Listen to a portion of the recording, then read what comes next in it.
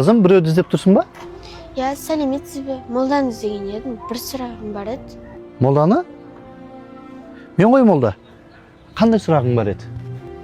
Рамазан айы қашан келеді?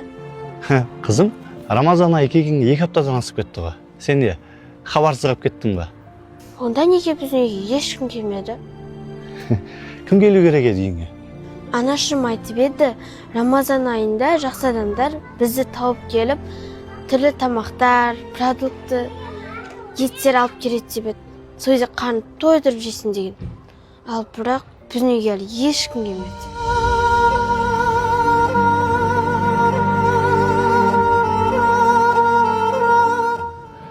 Қызым, сен емес,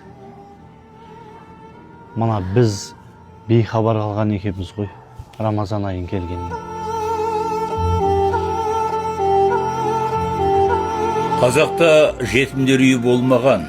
Жетім бала болса, оны сол елдің, сол ауылдың дәулетті адамы өз қамқорлығына алып асырап бағатын. Бұл дәстүр ғана емес. Тәуке ханның 7 жарғысында Есім ханның ескі жолында заңмен бекітілген еді.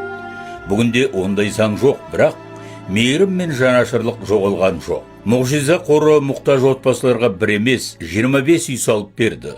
Алайда кейбір құрылыстар әлі аяқталған жоқ. Жол, көпір секілді маңызды нысандар бар. Жол салу садақаның ең қайырлысы, көпір салу сауаптың үзілмес қайнары.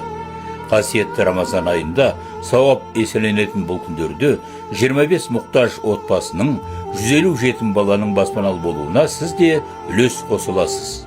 Садақа зекет міскіннің ақысы. Алла тағала берген қайыр садақаңызды қабыл етсін, разы болсын.